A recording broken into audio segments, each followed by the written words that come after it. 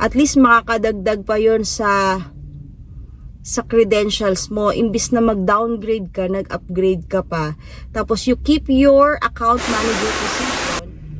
Hi guys! Happy Monday everyone! Welcome to Jill in Can. So for today ay nandito na naman tayo sa ating favorite spot na kung saan ako ay ngayon ay split shift.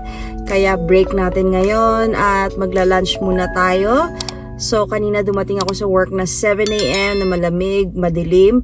At nag-ano rin kami ng mga kids, nag-outdoor play. So talagang malamig na ngayon dahil single digit below 10 na yung temperature. Pero hindi pa naman siya negative guys.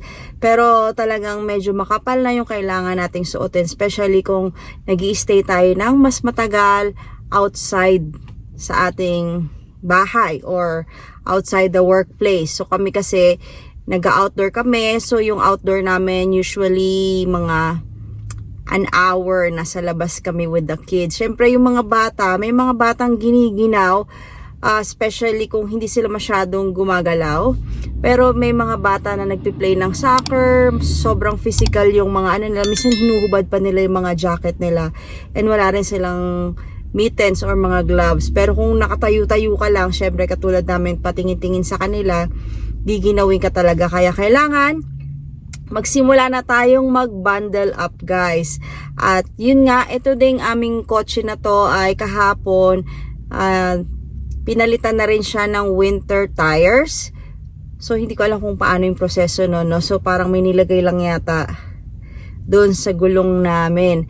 So wala pa namang snow, pero kasi nga syempre si Chris ay hindi palaging nandito sa Edmonton. Every weekends lang siya. So hindi natin alam kung parang kailan mag-i-snow talaga. So minsan kasi may mga gabi na parang pagising mo may mga konting frost.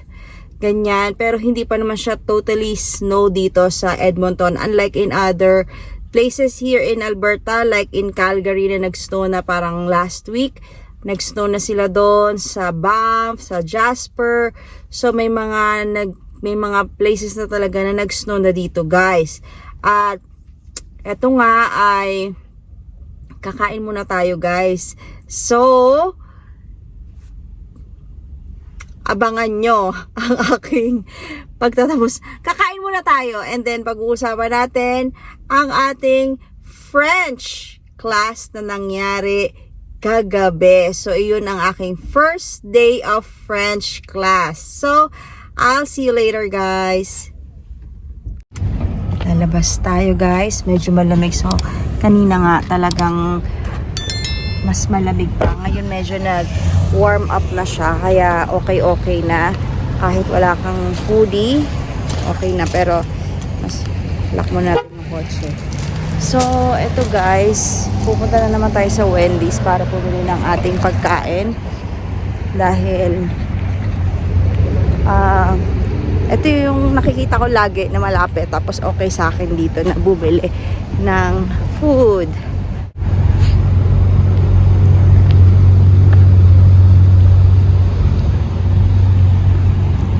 Wala na naman akong coupon guys, so sayang no, kasi wala nang nagde-deliver ngayon. I mean wala, may strike pa rin yung Canada Post.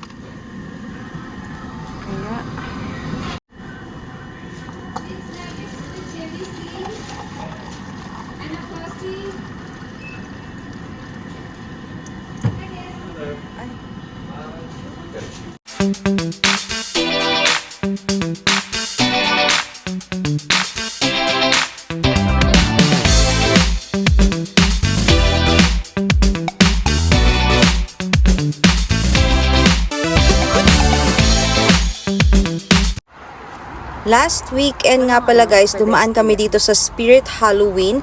Isa siyang tindahan, malaking tindahan dito sa Canada. So hindi lang dito yan sa Alberta, meron din sa iba't ibang parts of Canada na may Spirit Halloween. At napaka-special nito dahil nag-open lang siya tuwing season ng Halloween. Dahil ang mga paninda nito, mga costumes, decorations na pang Halloween lamang.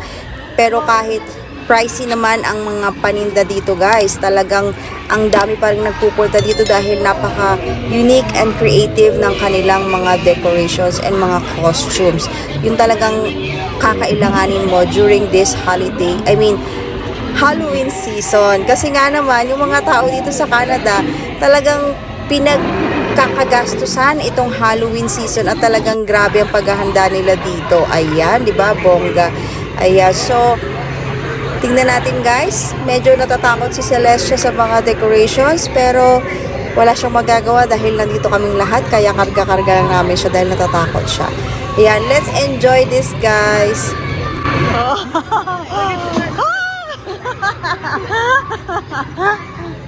Dito pa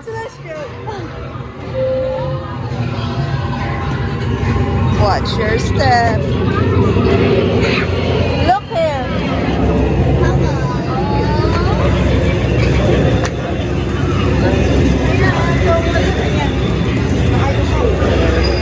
Ito, step.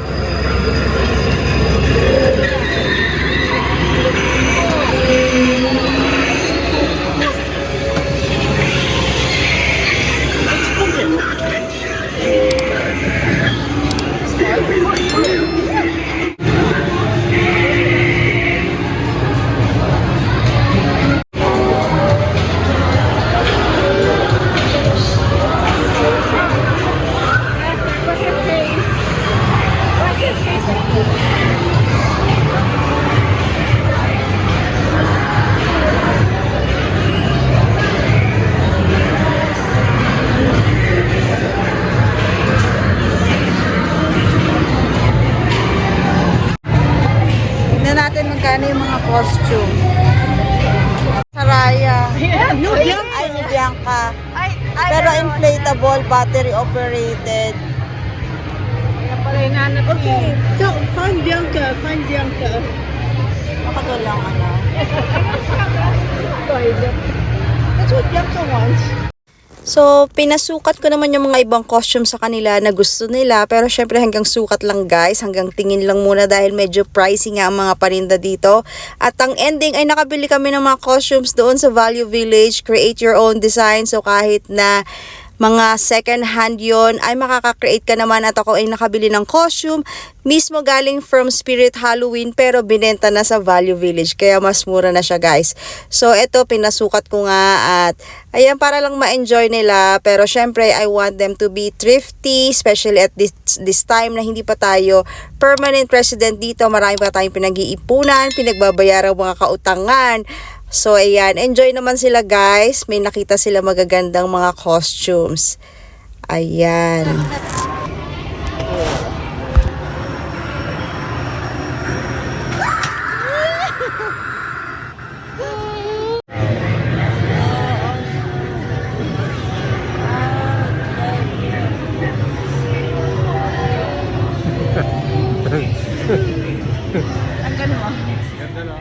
Ayan guys, tapos na tayo mag-lunch at yun nga, pinakita ko muna sa inyo yung mga ginawa namin last weekend na nagpunta kami sa, actually, yung medyo busy yung araw na yan kasi umaga pa lang, nagpunta kami ng temple ni Chris noon.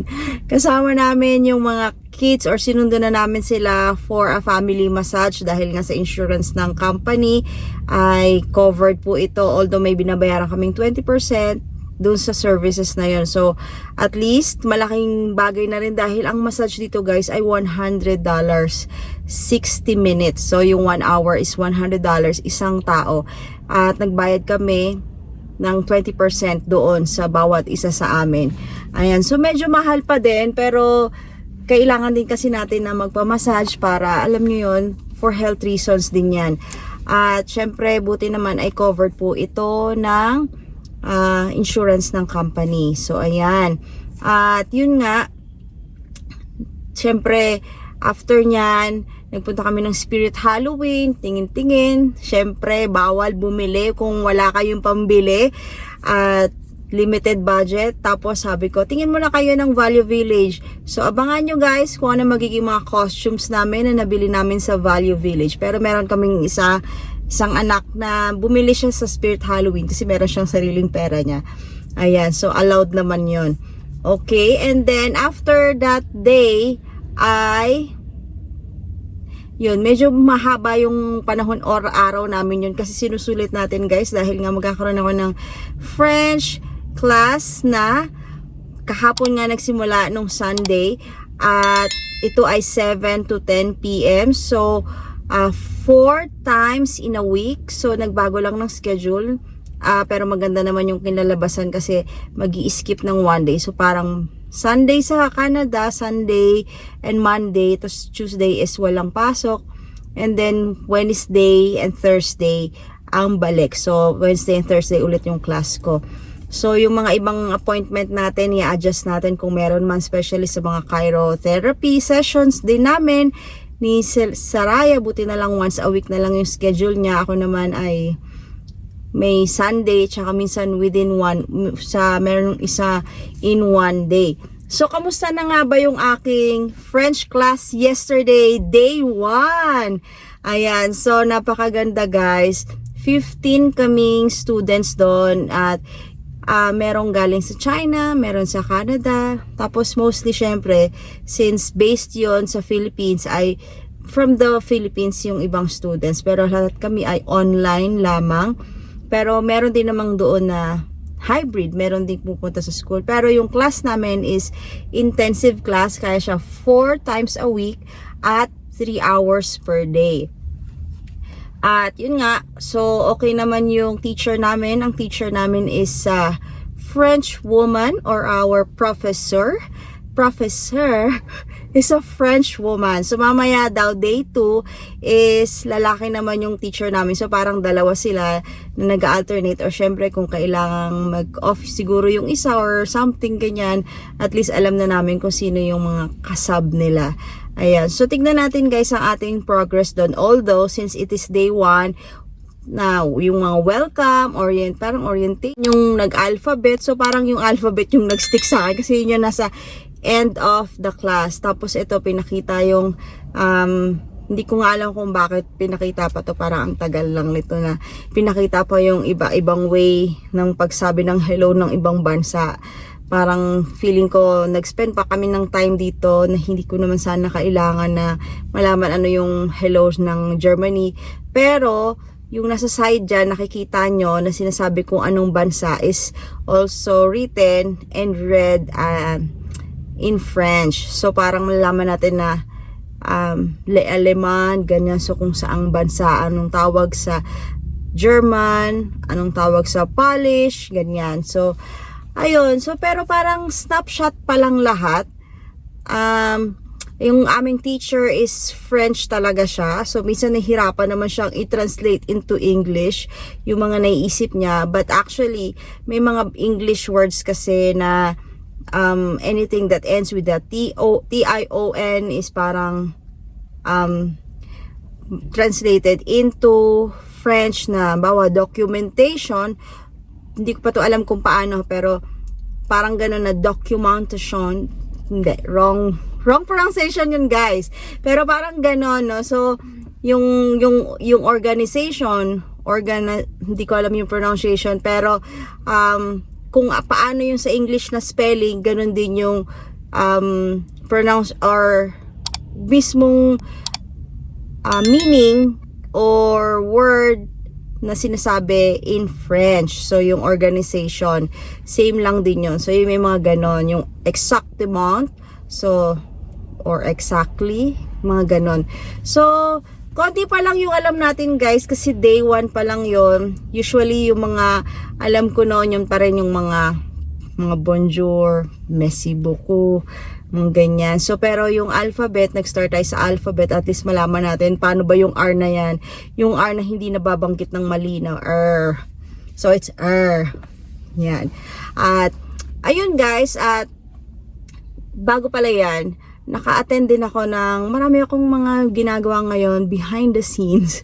Kaya minsan medyo nalilate tayo mag-upload para rin sa ating mga mga kaalaman dito sa mga pagbabago ng mga policies dito sa Canada and how we can cope up with this. So, meron pala ako isang inatenan na parang webinar ng isang consultancy agency, ganyan. So, kung kailangan mo ng help regarding yung AAIP or dito sa Alberta, yung for PR, so you can consult yung mga gantong bagay. Pero syempre, kailangan alam natin kung gaano sila ka-legit at yung hindi tayo mai-scam. Yan. So, attend muna tayo, research para mas maganda, 'di ba? So, doon pala sa part ng open forum ng webinar na ito, kasi parang ang dami rin Filipino, guys. Ang dami Filipino doon sa webinar na yon. Although yung nag-ano nito is hindi siya Filipina, hindi siya Indian, white siya, pero ano siya, Bulgarian siya, taga Bulgaria siya. So, iba din yung way of speaking niya ng English nyo, pero wala namang, akala ko mga kalahi niya yung mga a-attend doon, but mostly ang daming Filipino na nagtatanong sa kanya tungkol sa mga cases, iba-ibang cases, no? So, what caught me is yung 2 questions, dalawang Filipino, parang same sila nagtanong. Ito yung sinagot niya, guys. So, ang tanong pala kasi, guys, sagot agad, no? So, ang tanong kasi parang pares lang sila ng tanong. So, dahil nga ngayon, guys, ang in-demand dito, syempre alam naman natin, yung mga dinodraw sa AAIP, sa mga express entry, especially merong mga category-based draws, for permanent residency, invitation to PR, is yung nasa education and healthcare. At yung mga nagtanong is graduate sila ng ibang course like business ad, which is medyo mahirap. Pero business ad siya natapos niya dito yung pag-aaral niya at nasa managerial level na siya. So, account manager siya. So, maganda yung position niya at nasa tier 0 or 1 siguro yung level niya, no? Pero iniisip niya baka parang ang konti ng chances para mabunot siya since business management siya. So, ang iniisip niya is pwede bang para mas maganda yung chances niya na mabunot siya is mag-shift siya ng career to education or to healthcare. Dahil nga ito yung mas in demand dito. Hindi lang dahil in demand. Ang importante kasi ngayon is mabunot ka sa PR. Dahil nga marami tayong mga nasa pool ngayon, maraming naghahangad, marami silang pinapasok dito sa Canada na ngayon ay nasa waiting in line na mabunot for PR. So, kailangan natin makuha yon dahil nga marami tayong kalaban. So, inisip nila, mas okay ba na mag-shift na lang ako ng career from account manager to being a social worker or a healthcare aide or an educational assistant, ganyan, or early childhood educator. So, ang sagot sa kanya is may mga pros and cons yan. Especially na, yun nga, babalik ka sa 0, magi-start ka sa mas mababang sweldo, whereas kung account manager ka na, maganda na yung position mo. Bakit ka pababa pa ng level? Because dun sa PR. Alam mo yung sinabi niya? Sinabi niya, bakit hindi ka mag-aral ng French?